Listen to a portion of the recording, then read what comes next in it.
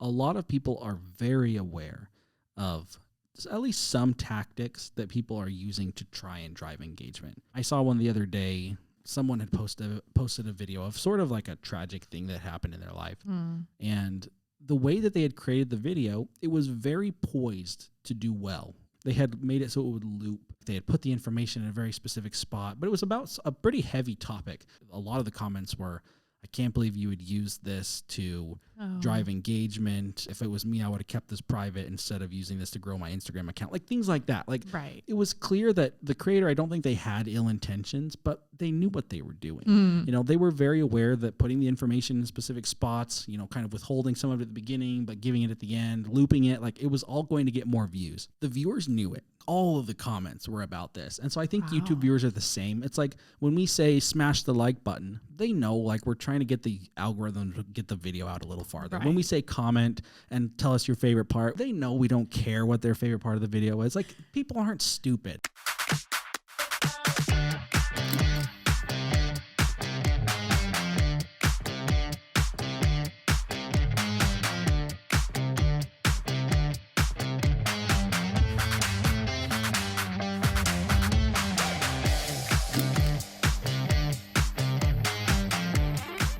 Welcome back to the Creative Rels podcast. Today we're talking about engagement on YouTube, but using really unique kind of creative ways to drive engagement. And this is hard because sometimes it feels like everything has been done already, but we're finding some new ways almost every week to drive engagement, and it's really interesting to see what's working. I think there's a lot of times where people on YouTube just see what other people do very commonly, and it's just, I'll just do that. There's a pandemic of people who just say like and subscribe. Like that's a kind of a joke, right? When someone says, oh, like and subscribe, it's like, yes, that technically is to drive engagement, but it's probably the least effective way to drive engagement because everybody does it. And so I like the idea of trying to drive engagement in just slightly more unique ways. I mean, engagement is still liking, it's still subscribing, it's still commenting, like the actual ways to engage, it's all the same, but I just think you can be a lot more tactful with it than most people are. Yeah, it's gotten to feel so desperate and cliche.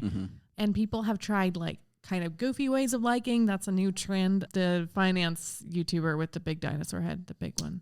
Yes, Graham Stephan. Yes, Graham Stephan. He's always smash that like button. Yeah, and trying to put it in funny spots. And like it's good, but I feel like even that is kind of becoming a trend. And every once in a while on our channels, like we'll do a little joke to get people to like. But there are even more unique ways that people aren't doing nearly as often. So let's talk about some things we've been doing on the channel.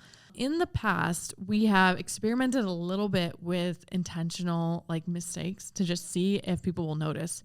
So funny. Incongruity mistakes are like, people don't notice. Yeah. I think in one video, Ricky changed shirts like 3 times. And nobody noticed. It's so funny. Yeah. And we'd like move props and stuff.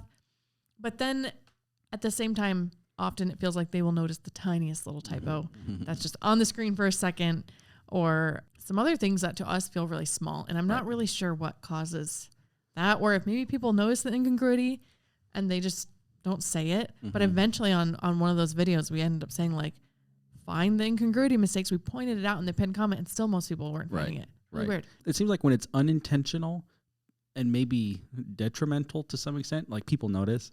But then when we just try and do it to see if people will notice, they don't notice as much.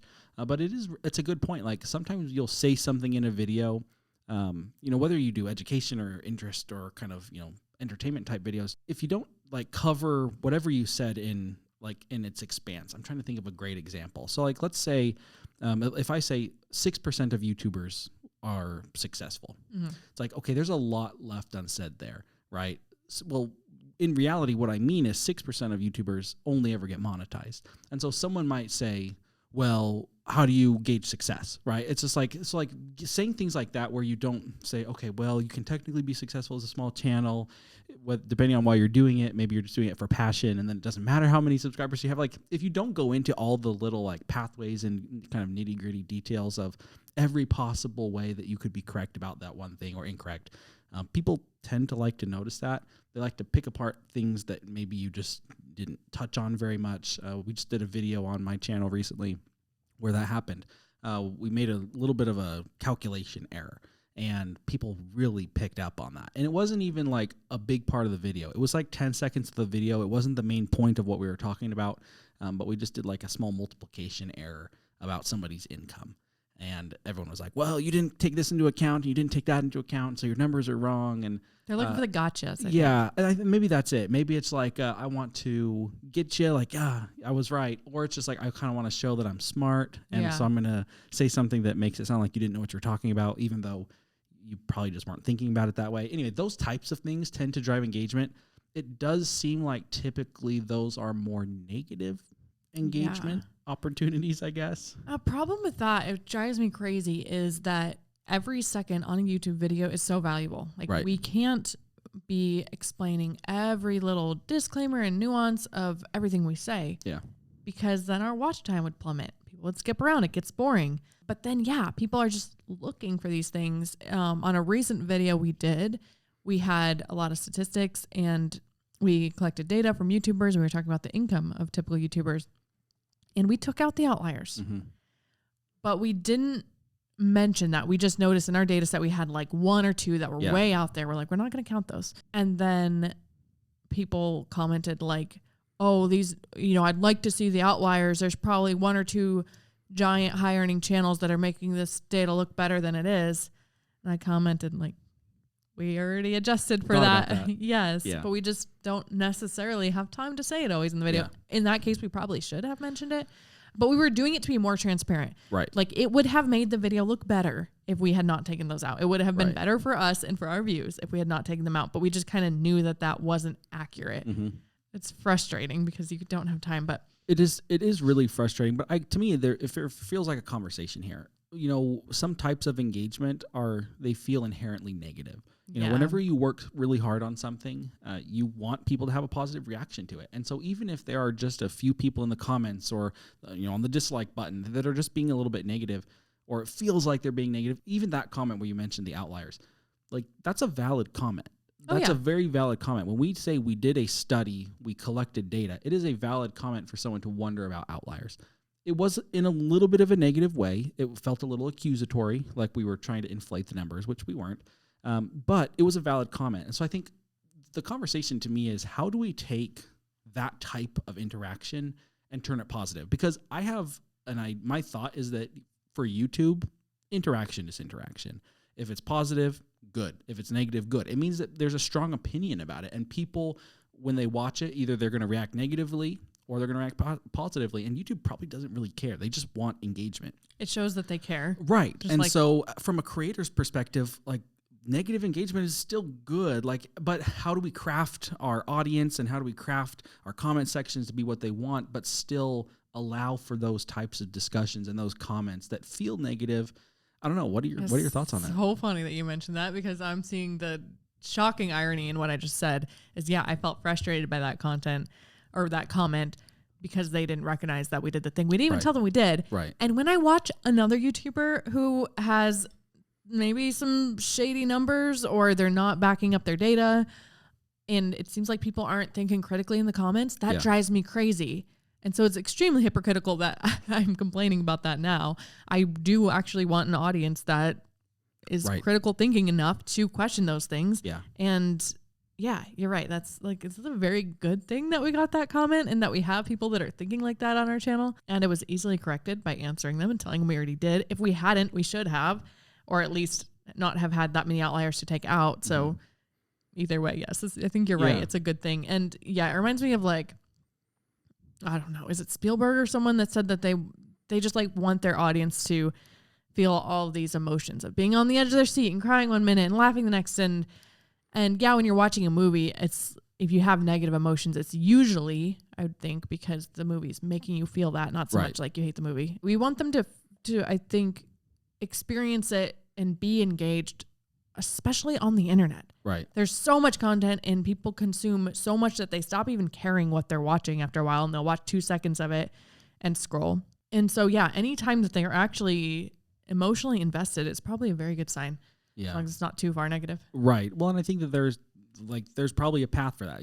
Someone says something, maybe they ask about the outliers. You respond, probably depending on how you respond as a creator is going to impact how the conversation goes. Because if we're defensive and say, well, yeah, duh, we did that. What do you think we're stupid? Like, they're going to come back defensive. But we say, oh yeah, we thought about that. Don't worry, we took them out. It's like that could turn them from someone who's thinking just critically and maybe they're skeptical to someone who's like, okay, these guys know what they're talking about. Yeah. They're actually looking at the data critically. They're taking out the pieces of data that could skew the results. Like that could turn someone into a super fan. And I think that a lot of times when we talk about the art of creation, when we talk about these videos that we're putting out, we get very emotionally attached to them. We view them in a very specific light. And so when people question that, it's hard. A lot of the engagement on YouTube is going to be somewhat negative feeling or questioning or doubting. But like you said, it's the emotional investment of the viewer that really matters. And so I don't know. I think it's really valuable if we can tap into that, even the negative side, and say, you know what, let's look at this in the most positive way possible from an engagement perspective. I think it's really going to change how we interact with those people, how willing we are to take or almost invite that type of feedback. Because at the end of the day, I think that it's valuable. Yeah. It reminds me of an example you used. I think we were talking yesterday and you mentioned a comment. I can't even remember much about it. Maybe you can tell me about it if you remember what I'm talking about, where somebody said something negative and you said your first instinct was to respond kind of snarky and you didn't. And then their response ended up being positive. Do you remember what I'm talking about? I mean, no, but that happens about every time I read a YouTube comment. Yeah. It totally is my reaction to be defensive. I always want to be defensive because, again, like this video is my baby. I want people to like it. And so even the smallest thing, it's just like immediately triggered, you just kind of get all up in arms. Right. Even if you don't need to. And like you said, if you do that, then 90% of the time they're going to come back even worse. Yep. But if you're polite, even if you can't say, oh yeah, don't worry, we already took out the outliers, even if you have to say, oh, we didn't, then they still, I think they appreciate the honesty. They'll likely be like, oh, well, it's okay. I guess maybe the outliers count for something too. You know, maybe my channel will be, who knows what they'll say, but it is surprising how easy it is to win people over if you just kind of take into account where they're coming from. Yeah.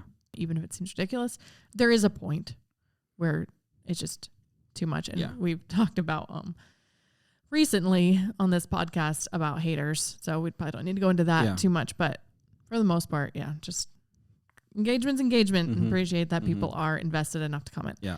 Likes and dislikes. So we've tried some fun things with this lately. On our most recent video on Channel Makers, we actually claimed that it was the best video on that topic. It was storytelling. And we invited people to like if they agreed and dislike if they disagreed with that claim, which is quite a claim. I was hesitant. I mean, it's subjective, of course. There's other great videos on storytelling. I think we said that because we were feeling like it was the most tailored to YouTubers that we had seen. There's so many videos on YouTube. Yeah. Maybe there's a better one we haven't seen. I'm sure there is. I'm sure there is. Yeah, and I think that's a really interesting thing in and of itself. Like making that claim, like you said, it was so bold to say this is the best video on YouTube for YouTubers about storytelling. Yeah. It's like, is it? My response would be, I don't know, but I watched a lot of videos about storytelling and they did not give me what I needed. Yeah. And so I think I loved that. And it was your idea. I think maybe you had watched another channel that had done something similar, but I loved the idea because it gave people an opportunity to take a stance. And we knew that some people wouldn't agree with us. Yeah.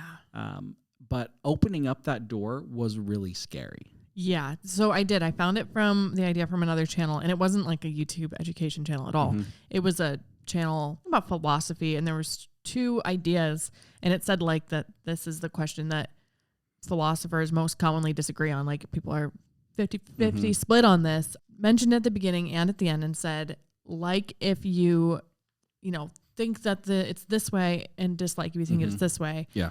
And I'm not sure if the video itself even took a stance. It just kind of said for people to vote. So that one would definitely, I think, end up being pretty close to 50-50. I was expecting maybe 50-50 on our video too, maybe even worse because it was such a bold claim. And the results were far from 50-50. Yeah. I think we were both expecting 50-50, right? Yeah, I totally did, because I don't expect people to watch our video and think we are the best at anything. Yeah. I think that we have a really good point of view. We've had a lot of past success. We've helped a lot of people, but that doesn't make us the best. I have a hard time thinking anything out there is the best. I more like to watch a lot and then take the best from everybody. So making a bold claim about the best, yes, we know is subjective. I really questioned whether people would be able to say, yeah, that was the best video I've ever watched on storytelling. I personally thought the content of that video was incredibly helpful. It, like, as we were talking about it, as we were, working through the outline, I was having light bulbs go off for my own channel. Like, hey, this is something I should be doing. If I had just implemented this earlier, I think my videos would be way better. Like, I was having those moments. And so I felt if I was having those moments, just as we were taking all these things we were doing and putting them into one little outline, people watching they must be having that same experience. Or maybe they would, maybe some of them would. So I think that's why it worked, is it was something that really seemed to help me, and it seemed to just really put off all those light bulbs for me. So I figured some people would agree with us. Yeah. I didn't think as many would as they did, but we had quite a good split of people who agreed with us versus those who disagreed. Right now, I think we have over 200 likes and about 35 dislikes. Mm-hmm. That's wild to me. Yeah. That is wild. Maybe people are being a little extra nice, but it's pretty cool. And we put the dislike counter in the comments because you can't actually see on YouTube how many people, I mean, we can from the back end, but the viewers can't see how many people have disliked. So do you think they were actually being nice? That's a good question. I bet most of them felt like it was the best, most helpful one they had seen, at least in a while. I would argue that most of them haven't watched dozens of storytelling videos lately. Right. And I think a portion of them are kind of being nice. They'd rather give us the pat on the back for, I think maybe it's a kind of an appreciation thing. If they appreciate it and think it was a reasonably good video, maybe they're not thinking like, oh yeah, I think this is objectively the best one. But like just being nice and thinking it's not that helpful, no, I doubt it. Right. That's probably the 35 dislikes. Yeah. Yeah. And there were a couple people who in the comments said, I disliked, here's why. Yeah. I thought that was really interesting, and I liked it a lot just because it was good to see into their mind. They thought, I expected this coming in. This is what I got. Here's the gap that I wished could have been filled for me. And they were civil about it. Like, it was not very, very rude much. or yeah. Yeah, and they had good points. To me, again, talking about inviting people to take a stance, it also just brought up, a lot of times we are very intimidated by feedback. I don't mean just us, but I think as content creators, because it is when we get into the creative side of things, like, it's your baby. It's not something that you want to be hurt, Yeah, I think of it similar to like maybe artwork. I'm not an artist. Yes, totally. If you're an accountant and someone critiques your work, then like, okay, yeah, you might take the feedback more. But if it's art, it's like so personal to who you are and creative, and like you're already probably have some trepidation around putting it out into the world anyways, and maybe embarrassment, and then to have somebody say like this terrible, it's hard. Yeah, it like reinforces all those negative thoughts you have about yourself, really. Yeah. It's like, I don't know if this is good enough. I don't know if I'm smart enough. I don't know, all these different things that I think most people have some of that to some extent. And so when someone publicly brings out some of those concerns that are in the back of your mind, it can really hurt. But I think it's really valid to let people do that, like to invite that. I think when you invite it, it brings a little more civility. Like, because you said in those comments, like people were nice about their feedback, nicer than usual. Good point. Some people on a regular old channel maker's day, they're not that, I don't know what the word is. They're a little bit unhinged at times. Yeah. It's just like, this kind of sucks. Maybe I'll tell you why. Maybe I won't. Like, that's kind of what it is. But I think like that's kind of the internet. That feels like very internet-esque, right? That's how people interact on the internet. It's like, didn't love this. I'll tell you, I don't care. Don't know you. Never see you again, Yeah. But when you say, hey, we think this is the best video, or just in this specific circumstance, we think this is the best video, watch it. If you agree, like the video. If you disagree, dislike. And you can maybe tell us why if you want. I think that invites people to connect on a deeper emotional level, even if they disagree with you. And then it makes it a little bit more human almost, rather than just a video that they watch and they go on and watch 20 more. I don't know. Yeah. I think it's because you're showing that you're self-aware and that you're open to feedback, and it's not just thinking that you're the best. Ironically, in that video, we said it was the best. But yeah, when someone sees somebody who's just completely overconfident and overselling something, you do have the urge to like, you're not as great as you think you are. Yeah.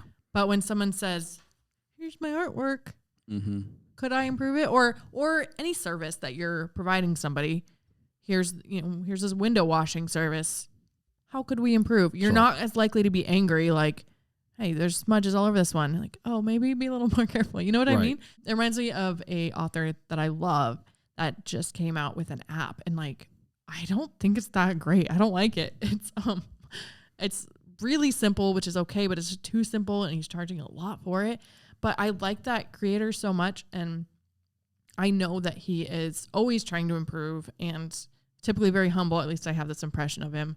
So I'm not about to like go write a nasty review on the App Store. Right. If anything, it would be a very, sort of constructive criticism if maybe I were more to. supportive and constructive rather than angry and upset. Yeah. And then the top comment on, this is so relevant, the top comment on the Apple App Store was somebody who gave it like, I think gave it 5 stars and basically said he's not going to buy it and he doesn't like it. But he said he likes this creator so much that, he knows he's trying to do good work and that he'll probably tweak it. Like just benefit of the doubt all the way, saying he is not going to use this app at all. Gave it 5 stars and just like, I appreciate this person that they've always put in work. You know what I mean? So they've built that reputation that they can put out something bad or that some people think is bad. Sure. And still get that kind of response. It's terribly interesting to me. Yeah, no, that is really interesting. And I think it's also interesting, like bringing it back to our video, we did get some comments of people who disagreed with us, which is fine. It was good to see their feedback. We also got a lot of positive feedback and said this was what I needed. I've been feeling down about my videos. Some people said they've been sucking really bad and I really needed this. Like we got a lot of that feedback as well. And so it is subjective, but like as much as people will feel negatively or not like it as much, there will be people who love it. And by inviting them to share that with you, those are people who may have never commented, but when we said, like it if you agree with us, dislike it if you don't, again, it brings them in on a deeper level. It doesn't only bring the negative people on a deeper level, but also brings the positive people. We have more comments on this video than we have most of our videos. And anyway, it's just like, it was one really simple thing, just like if you agree, dislike if you don't. But how often do you hear creators asking their audience to dislike a video? Pretty rare. Yeah. It just doesn't happen very often because that's not really the feedback that we really need all the time, Yeah. But I don't know. It just seemed to work so well. And I don't know if it's something that we will do every video. I don't think so. I don't think it's the right fit every single time. But it definitely is something that brought up a lot of conversation just here around our office. Yeah, and I think that the same principle can be applied to so much more than likes and dislikes. It's instead of thinking about how do we get the algorithm to work, we got to have more likes and less dislikes, and it's just, maybe this is a tool to figure out what our audience thinks about something. Yeah, and understand our audience more. I've been trying to actively think on a daily basis about the audience and about the individuals and about how they feel and what they might be struggling with. It's kind of a faceless mass on the internet, but they are real people with real problems. And the closer we can get to them and understanding them, the better it's going to be. It's ultimately all that matters is providing something that's valuable. Right. Now, this video, again, I keep going back to it, but I just keep thinking of these things that all kind of tie together. So we did the like and dislike. We'll call it a game or whatever, kind of this idea. Well, the whole premise of the game was you like it, hit like. If you don't, dislike. So what does that do? We talk about the like and dislike as the engagement, but what other engagement did that drive? The video had a higher average view duration. The video was a little bit longer, so there's a lot of other things that could be coming into play here, but could it have possibly encouraged some people to watch longer than they would have otherwise, which is a good thing? My guess would be yes. My guess is there are going to be some people who, they hear our challenge at the beginning and they go, okay, I want to see because I want to dislike it. I want to get in there and I want to tell them. There was even one comment that said, I watched the first 10 seconds and I just couldn't do it because of blah, blah, blah. And I responded and I said, watch the video and then we'll talk, pretty much. It was just like, you didn't play the game by the rules, And so then they commented later, they said, okay, I watched it. I misspoke a little earlier. Here are now the things that I would say you maybe could improve upon. So, cool. But it brought a little bit of engagement, and that person said they were not going to watch anymore. Maybe they would have, maybe they wouldn't have. But I think it did drive up our average view duration. And then what does that do for the video? Well, it got pushed out a little farther than it normally does. This was a 1 out of 10 video by a little bit. It wasn't like a ton. It didn't go mega viral, but it did good per what our channel is doing right now. So it's just like, yes, we think of engagement as like a like or dislike, but that has real impacts on, retention and like how the viewer interacts with the channel. Maybe they happen to get to the end of the video and then they see a watch next that they never would have seen before. I think like the impact is probably more widespread than we think, even if it's small. That's a good point. I think you're right. And people probably hear that challenge. They want to give their opinion. Right. And so they think, well, I have to watch it to really give my opinion either way, even if they're not set out to tear us down. Yeah. And it's kind of unique. So maybe they think like, okay, well, let me see what this is about. I want to, they want to see the vote counter and maybe they want to understand better why other people are mostly voting positive. There's a lot of interesting things, but yeah, we had more comments on that one than usual too, right? Yep, we did. Yeah. And we didn't really encourage comments. Not at all. I think I did do a pinned comment on the channel. We pinned the dislike counter, and I just also said, this is a big video. Let us know what you think. And typically people who respond to the pinned comment will respond directly in that thread. Yeah. I think we had 2 people, maybe 3 people at this point who have responded. So it didn't drive, that didn't drive a ton of extra engagement. Probably because maybe we should talk about pinned comments a little bit. I don't think it was an exceptional pinned comment. It was fine, but it wasn't like amazing. It wasn't like, oh, I don't know, like what's something we could do in the pinned comment that would actually get people to comment? Because I pinned a comment, thousands of people watched the video, 3 people responded. It's like, probably could have done better than that. I did a little edit this morning because there was something in the video that I thought was so funny. In the video, I'm talking about, at this very moment, I'm talking about mistakes in storytelling and how you should just let them happen and don't try to cover them up. Where completely unplanned, simultaneously, while I'm saying that, our little RGB light in the background dies. Which is pretty noticeable for the viewer. It's a very noticeable thing. We pointed it out with like a little arrow. Cody, our editor, pointed it out. And then Nathan did like a Jim from The Office face to the camera, raised his eyebrows. So like completely obvious. And nobody commented on it. Yeah. To me, it was the most like serendipitous thing. And then I started thinking maybe they thought it was planned. Oh. Maybe. And so I don't know, maybe not. I don't know why nobody mentioned it, but I tweaked to the pinned comment saying like this part where the RGB light died was completely unplanned, ironically. Oh, that's funny. So we'll see if anybody mentions that with like a little laughy face, which keeps it lighthearted too. Mm-hmm. Like just kind of joking around with the audience. As tempting as it is to ask the audience for, do a call to action, ask them to take this and this and this. Right. Like sometimes you just got to be a person and have fun with them. Yep. They're so used to people trying to get something from them. Treat it like they already are going to be there anyways. Yep. And I think that is such a good point. A lot of people, and not just in learning about YouTube space, a lot of people are very aware of at least some tactics that people are using to try and drive engagement. People are getting more savvy about that. I saw one the other day. Someone had posted a video of sort of like a tragic thing that happened in their life. And the way that they had created the video, it was very poised to do well with what I think it was maybe on Instagram with like this Instagram algorithm. They had made it so it would loop. And so like they had put the information in a very specific spot, but it was about a pretty heavy topic. And I was just curious. I went into the comments. A lot of the comments were, I can't believe you would use this to drive engagement. Or people would say, if it was me, I would have kept this private instead of using this to grow my Instagram account. Like things like that. Like It was clear that the creator, I don't think they had ill intentions, but they knew what they were doing. They were very aware that putting the information in specific spots, kind of withholding some of it at the beginning, but giving it at the end, looping it, like it was all going to get more views. And the viewers knew it. Like all of the comments were about this. And so I think YouTube viewers are the same. It's like when we say smash the like button, they know like we're trying to get the algorithm to get the video out a little farther. Right. When we say comment and tell us your favorite part, they know we don't care what their favorite part of the video is. Like people aren't stupid. Yeah. And so what you said is so true. Like if we can just be real with them and just like crack a little joke in the pinned comment, like that has literally no substance at all, there's nothing wrong with that. Because people are so much more likely to connect with that than they are with tell me your favorite part when they clearly they know we don't care. Yeah, you put it perfectly. They're tired of it. People have been online long enough to know what this is like. Right. like a long time ago, these things worked. Yep. Saying like and subscribe grew because it used to work. Yep. Because people weren't used to hearing it every single day. And it was like, oh, show me your support. Show if you're appreciating this. People didn't probably think at first about how likes would help the algorithm and whatnot. But yeah, now people are tired of it. And it's so much more fun that way too. If you just kind of feel like you have this little club and it is way fun. People supporting each other and it's way fun. Better. Yeah. It's so much fun.